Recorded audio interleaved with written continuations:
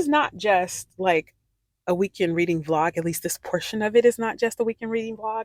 This is also me getting away, because even the dog understands that like I am the lowest man on the totem pole when it comes to work life. I mean, I walked in the house. She had just gone out an hour before, but she saw me and it was like, no, I have to go out now. And so she clowned and she clowned and she clowned. So I took her out. If you watched my January wrapped up, which more than likely you haven't because only 24 people have, but if you watch that, you will see how she clowned in that video. I suggest you go and watch that because it is here. Not yet. You can watch this and then go back to that.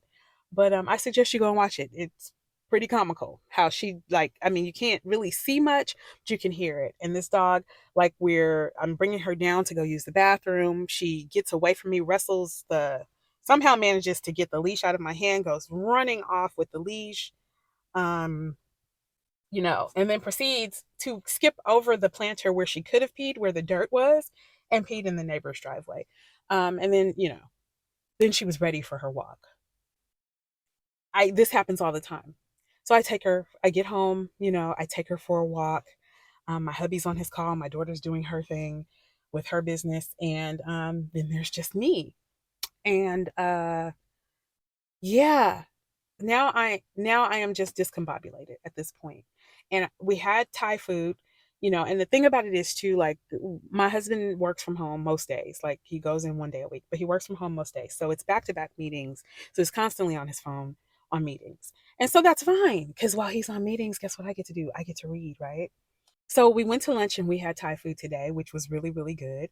And my hubby and I, were there together. But that was after we went to go check on our new house, because we're having a house built, and we were looking at some of the electricals there and taking some measurements and things, because hopefully in a few months we will be moving, and that will be beautiful and wonderful, and I'll have to decorate the house. So I'm trying to get the ball rolling early, so that we're not I'm not moving in and then we're just looking at each other like, what are we going to do now? Like, I want to have some things already in place. So that's what we did today. That whole time he was on a meeting. Then we went to have Thai food. That whole time he was on a meeting. You've already seen that in this video. And so I had a brown sugar, like a boba tea without the boba, because I didn't want the little tapioca balls, because me and chewy balls, yeah, no. Um, Anywho, I get home and the dog is like, take me out now. So I take her out now. And, everybody's off doing their own thing. And I'm like, you know what? I've had way too much caffeine, because that brown sugar latte had a lot of caffeine. And you could tell because I'm talking really fast now. I had too much caffeine to just sit here. And I know if I sit here with this dog, she's going to whine because she's going to want me to rub her, because, 1 minute she wants to be a lap dog. And then 5 minutes later, she's like, no, I don't want to sit on your lap anymore, especially mine, because I get hot flashes and that freaks her out. So a lot going on. So anyway, you already saw the footage from lunch. So you saw what I was talking about. I got to read because my hubby was on this call. But now I'm taking you to the bookstore. So welcome to the vlog. I probably should have welcomed you at the beginning. Yes, it started in medias res. That's how we do. We just stumble right into things. Welcome to the vlog.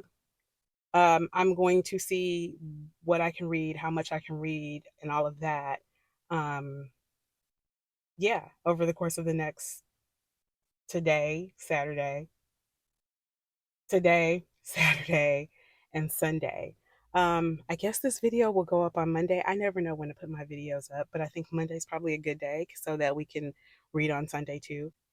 But right now, I'm taking you to Barnes & Noble. So let's go do that.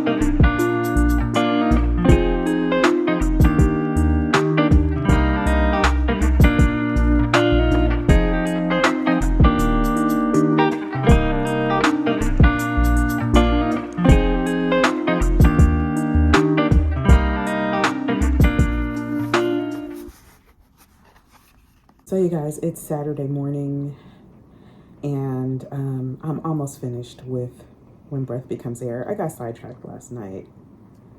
I didn't get sidetracked. I just didn't feel like reading, honestly, if I'm being honest. So I watched a few YouTube videos and fell asleep early. It is now 23 degrees where I live. It's cold. It's very cold. It's colder than a witch's boob in a brass bra.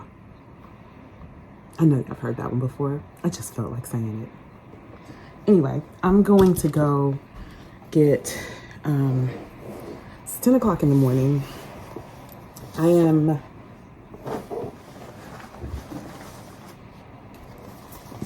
on page 180 in this book, and I went on Goodreads last night. That's the other thing I did. I set up my Storygraph last night, so that happened. This hair is wild. I think I'm gonna braid it. Anyway, I set up my Storygraph last night too, so that also took away from reading time.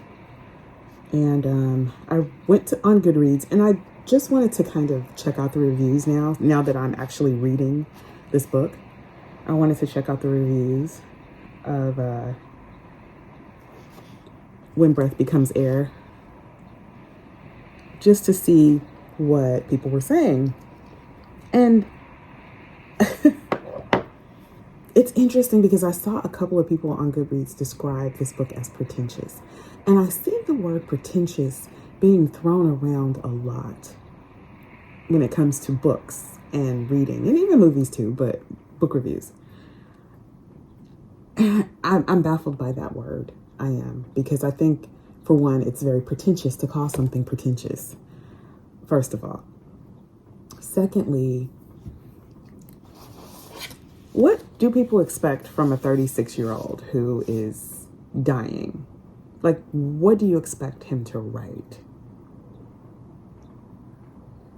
How do you even rate a book where someone is basically telling you their last thoughts before they die, and they know they're going to die? And they haven't even lived a very long life. Their life has really been a series of training. I've lived pretty far past beyond 36, and I know that 36-year-old me and 51, almost 52-year-old me are two very different people. And I know that if I had passed away at 36, my thoughts on life would be like, this is unfair. I probably would have said this is unfair a million times back in my 30s if I had passed away then, or if I knew that I was going to die. And the clarity and the beauty and the soberness with which Paul Kalanithi writes, just his thoughts on how he feels about his immortality. How could anyone say that this is pretentious? Some people just don't need to write book reviews. Some people just don't need to read books. Just watch movies. Just let the story be spoon-fed to you.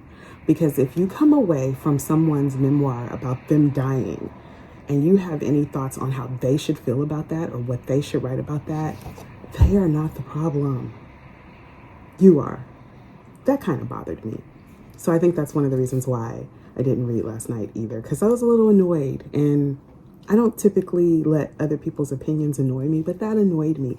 It's why I typically don't read a lot of book reviews. And the booktubers that I follow, I try to follow people who are going to be fair in their analysis of a book. Like, if you don't like a book because it doesn't resonate with you, if you don't like a book because you didn't understand it, or the writing was hard to get through because sometimes it can be a slog. If you don't like a book because it's boring, then come sit by me.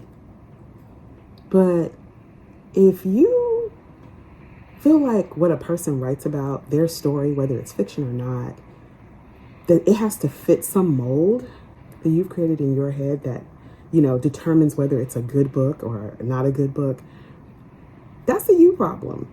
It's not the problem of the author. It's not a problem of the person writing the book, especially when it's a memoir.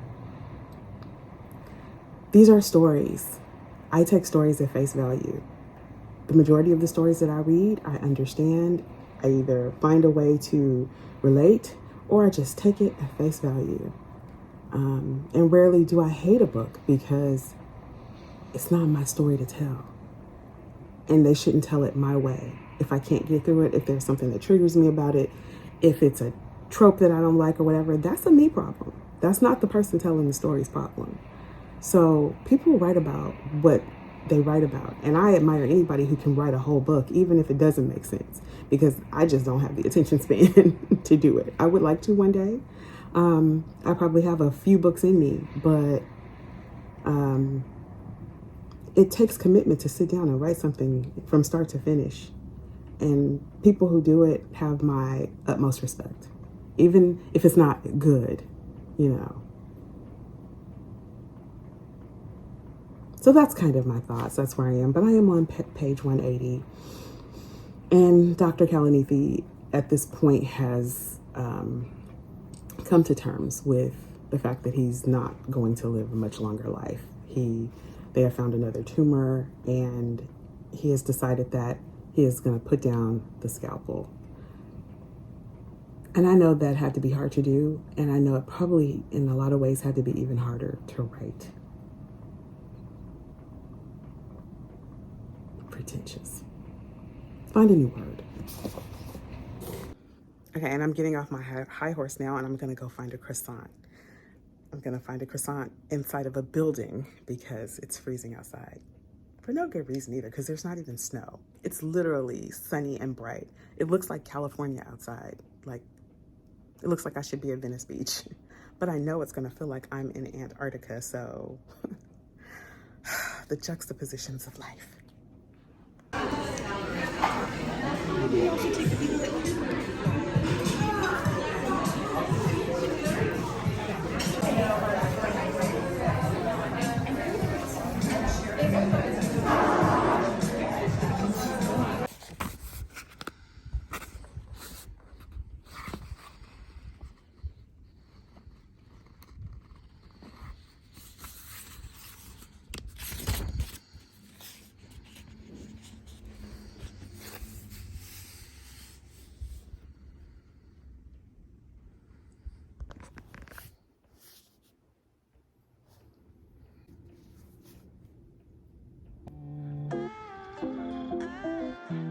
I finished When Breath Becomes Air. We'll talk about it.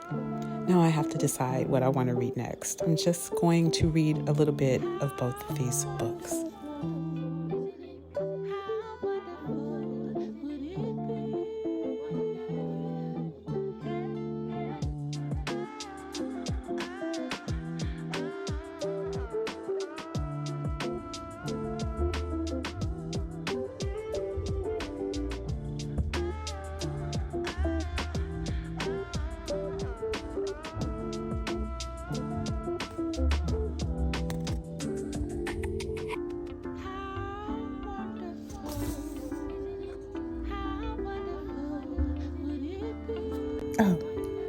Oh, this is steamy.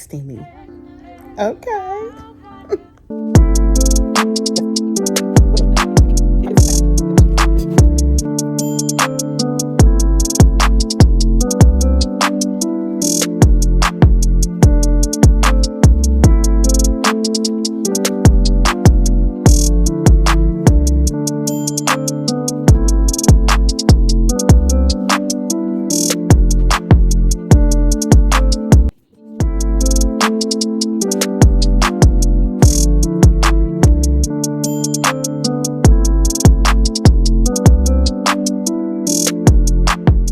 So after reading When Breath Becomes Air, after finishing When Breath Becomes Air, especially finishing the epilogue, which is written by Dr. Kalanithi's wife.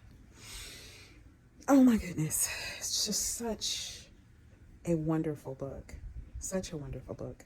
It was early. It was maybe around 6 p.m., 7 p.m. when I finished.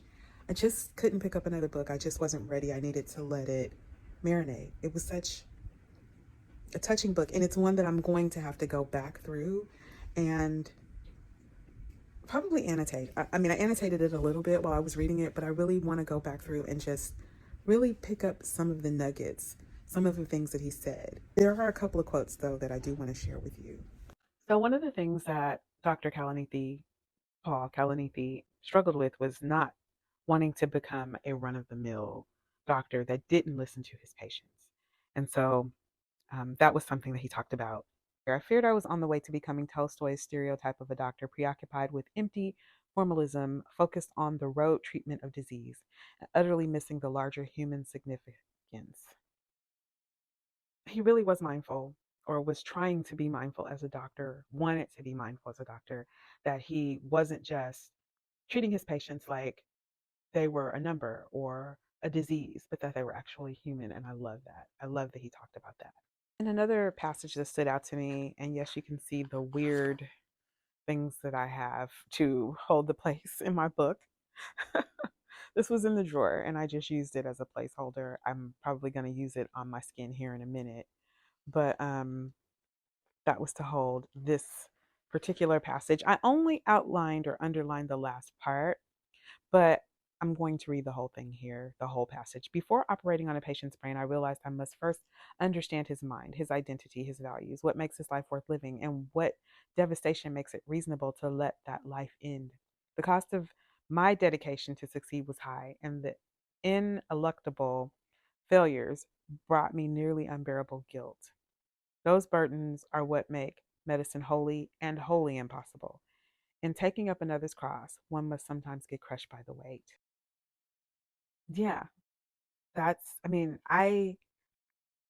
it's so funny because I have always loved medical shows and meeting doctors and talking to doctors. And I always thought somewhere in another life I'd be a doctor. And I cannot even imagine how hard that must be to take on someone else's like pain in a sense. I mean, if you're really truly doing your job, like every waking moment is spent trying to see how you can make someone's suffering less, you know. And yet you're still human, and you still have your own suffering, and you still have your own life, and you still have all of the things that, you know, you're interested in and that you're responsible for yourself. It's a lot. So one of the things that I am, and it is just what it is, I am a believer, and so was Dr. Kalanithi.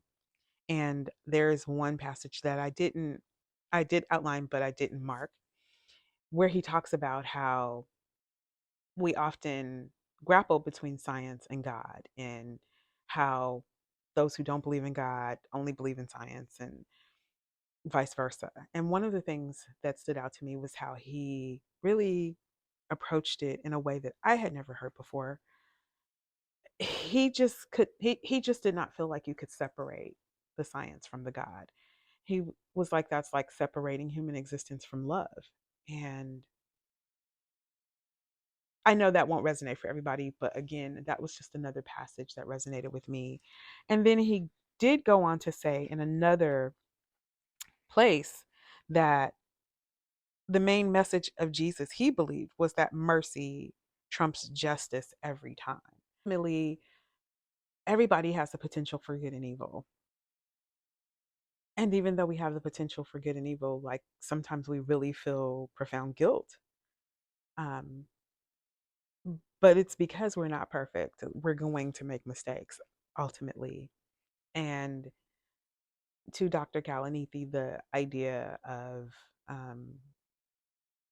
showing mercy and understanding that there but the grace of God go I. Like, and I only talk about that because that is a struggle with someone who has so much of someone else's life in their hands. and who also is now dealing with their own mortality, or dealing with their own mortality, or at least like seeing it be revealed to them for the first time. Very interesting concepts that just resonated with me.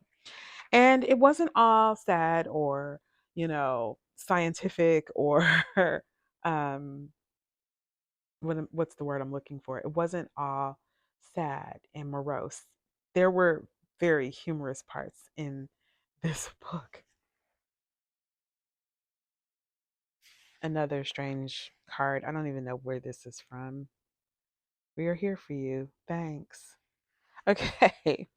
What happened to our amicable chat this afternoon? I thought back to med school when a patient had told me that she always wore her most expensive socks to the doctor's office, so that when she was in a patient's gown and shoeless, the doctor would see the socks and know she was a person of substance to be treated with respect. Ah, there's the problem. I was wearing hospital issue socks, which I had been stealing for years. I love that. I love that there was also humor infused in this book. And apparently, um, this doctor just had a wicked sense of humor. And you do see that come through a little bit in this book. Not as much as I would have liked, maybe, but it's not my call. So after reading this, I really didn't want to read anything else just yet. I wanted to wait a few hours and just let it sink in. And this is the next day. It's Sunday, and it's still, um, I definitely need to go back through, reread some things. I will probably be meditating on this quite a bit. There is Dr. Kalanithi, by the way. We'll probably be meditating on this and annotating and making more notes and referring back to it periodically. So, because I did not want to pick up a book just yet, I went on ahead and did my hair. I braided my hair. Yeah, that's what I did. And that took me about 3 ish hours. So, about midnight, I decided to pick up this book, Luster. This is by Raven Leilani. Oh my goodness. I am now, as you can see, getting ready to start chapter 3. I'm sure you can already read what's on the screen. This book is so interesting. This was one of the ones that I picked up as a Black History Month read. I did want to make sure that I did read at least a book a week for Black History Month by a Black author, because I don't get to read enough Black authors. And partially that's because a lot of the books that I'm interested in, Black authors don't really write. This one, though, is a ride already, figuratively and literally. It's a lot. And I'm enjoying it so far. It's a little weird for me, I'm not going to lie. Subject matter is a little different. It was one of the books that I hauled. I will give you a bit of a synopsis. I will give you a little bit of the synopsis, and then you'll know what I'm talking about. So Edie is stumbling through her 20s, sharing a subpar apartment, clocking in and out of her admin job, making a series of inappropriate sexual choices. She's also haltingly giving heat and air to the art that simmers inside her. So she's an artist like myself. Aw, Edie. And then she meets Eric, a man with a family in New Jersey, including a wife who has agreed to an open marriage with rules. Soon, Edie finds herself invited into Eric's home, not by Eric, where she becomes a de facto role model to his adopted daughter. Edie may be the only Black woman young Akila knows. It is irresistibly unruly and strikingly beautiful, razor sharp and slyly comic, sexually charged, and utterly absorbing. Raven Leilani's Luster is a portrait of a young woman trying to make sense of her life, her hunger, her anger, in a tumultuous era. At chapter 3, it is all that.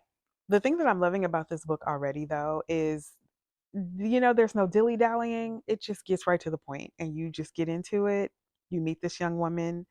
You're like, okay, she is who she is, and I'm here for it. I'm here for her. I'm here for Edie. And Edie's in her 20s, and she's figuring things out, and that's how a lot of people are in their 20s. What's interesting is I cannot relate to Edie. I cannot relate to Edie's experiences at all because my life was the opposite of what Edie is going through. But I am enjoying her story. I'm enjoying the character so far. And this looks like it's going to be a pretty wild ride. So I'm here for it.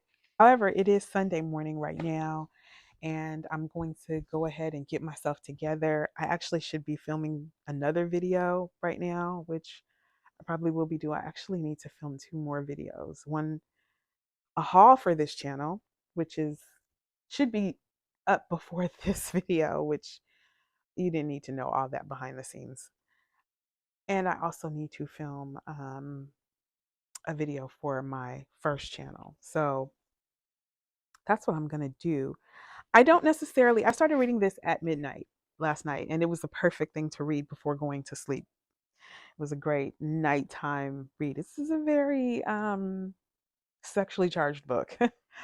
Not raunchy, but definitely we get into some things. So I'm not really wanting to read this on a Sunday morning. Very much a mood reader.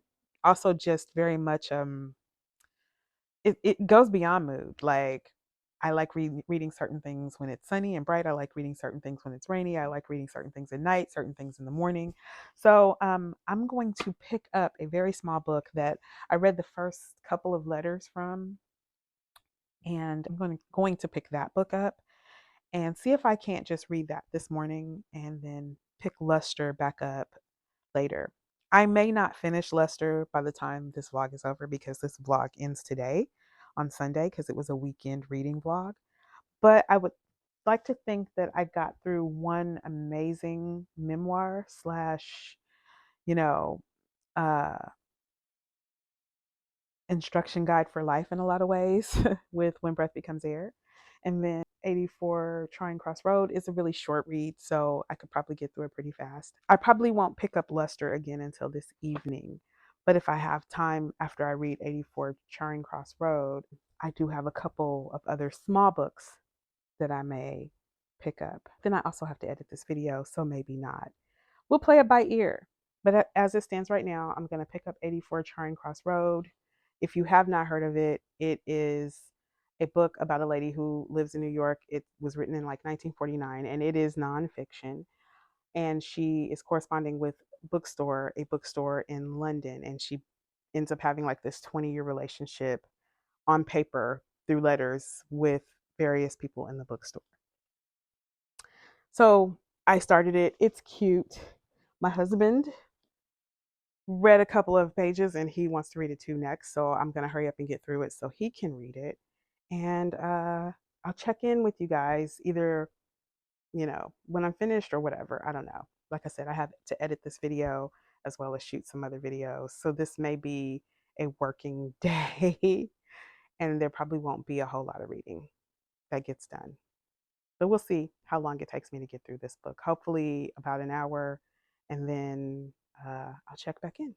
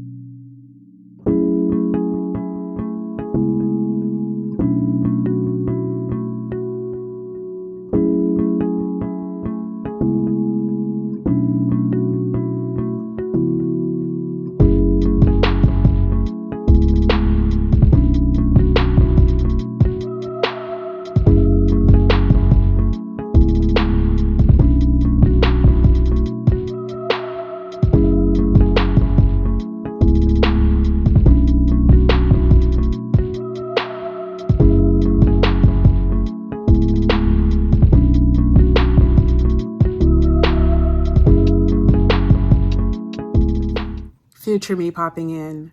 So yeah, I was reading and reading. I read a whole lot of 84 Charing Cross Road, and I started reading Neil Gaiman's Coraline. And then I lost the rest of Sunday evening because the Grammys came on, and so it was a wrap for me. So this video drifted into Monday, and I actually didn't finish until Monday, because pretty much around 7 o'clock on Sunday, it was all Grammy's baby. And they had that 50th anniversary of hip hop. And we may have turned up the music a little bit too loud, so the neighbor came around like yesterday and asked us not to do that again. Good evening, everybody, and welcome to the 65th Annual Grammy Awards. My name is Trevor Noah, and for the first time in 3 years, we are coming to you live from Los Angeles, the best city in the world if you know a few other cities. Tonight, you are in for a special treat. I'm gonna spray my face. Woo! It is a hot February day. It is 60 plus degrees today, and very hot. That's not why I just spritzed my face. I just felt like I needed some hydration, but it is very hot. Oh, that feels wonderful. Okay, so I should end this video. Move this because it's distracting. I should end this video here. One, because I've already technically started the next vlog. I've got water on me. I've already technically started the next vlog. And two, because this is literally the reading vlog that never ends. It really needs to. So let's recap. We started on Friday. On Friday, I started Paul Kalanithe's When Breath Becomes Air. And I finished it Sunday morning? I can't remember when I finished it, but you saw it in the video, so you can tell me. But I finished this one, and I finished it Saturday night. I did. That's right. I finished it on Saturday night. And after I finished it, I was a little, not sad, but emotional. I was a little emotional. After I finished it, I did choose the books that I was going to read next. I chose Luster and 84 Charing Cross Road. I read a little bit of both just to see if these were the books that I wanted to read, and realized that this one is spicy. Now, like I said, this is Wednesday. I've started a new reading vlog. I am doing a reading vlog solely on this book. Y'all, when I tell you, I'm about 5 chapters in, and this book is just unput downable. I don't know if that was a word, but it is now. It's unput downable. Okay. This book has, seriously, I joke and say the books have me in a chokehold all the time. This book really does. I am vibing with this book so much, but that's not what this is about. As of the end of the vlog, as of Monday, I had only read up to chapter 3 of this, and I do believe I talk about that in the vlog. So I did not finish this, but I am finishing it, and stay tuned for my reading vlog of this. Whew. Okay. I did finish When Breath Becomes Air, and I did finish 84 Charing Cross Road. Both of these were great nonfiction books that just really hit the spot. I gave this 5 stars, for one, because it's a memoir, and you don't have to reach a high bar for me to give a memoir 5 stars. This was so inspirational. I am going to be thinking about this for a long time. I will be revisiting it as well. This I give 5 stars because I laughed out loud in public reading this book. That's how good it is. It's so tiny. People who can do this, who can do these little tiny books, you have my heart. You just don't know how much I am in love with you that you can do this. Convenience Store Woman did it. Before the Coffee Gets Cold did it. If you can say a whole lot in a little bit of space, just, we are friends. You are my best friend. This was so good. And I do want to read Q's Legacy because she did write that as well. So this will be one of those books that sent me down a book rabbit hole because I want to read the other book that she wrote. So I will be doing that. Love that I could step back into history with this, because their letters were so like detailed, but not belabored. You know, they just said what they had to say in the letters, but you know, you work your way from 1949 to 1969. Like, the king dies, the queen gets coronated. There are so many factors, and there are so many things that are taking place. She makes so many references to pop culture at the time and to historical events, and also just the fact that she was able to do so much with her pen and her paper. Like, we have all this technology and we can't do that now. So she built a relationship and she never met the people in person. She built relationships and she never met the people in person. I love this so much. So these two I finished. Luster, I got to chapter 3. And if you saw in the video, I did start Neil Gaiman's Coraline. I did start it. I am on chapter 4. I'm on page 36, 37. Coraline has already met her other family, her other mother and father, and went to the other side of the house. Basically, if you know the story of Coraline, you know what I'm talking about. She goes to the other house. I think most people know this story. If you don't, then I get it, so I won't say much more. But that's where I've stopped. I will eventually finish this once I finish this, because I can't put this down. So I need to go ahead and finish editing this vlog so I can get it up so you can see it.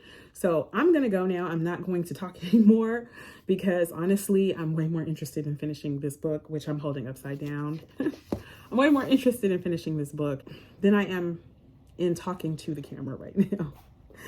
It is so good. All right, you guys, I'm out of here. Thank you so much for watching. I will see you in the next video, hopefully in a couple of days when I finished Luster. All right, you guys, love you, bye.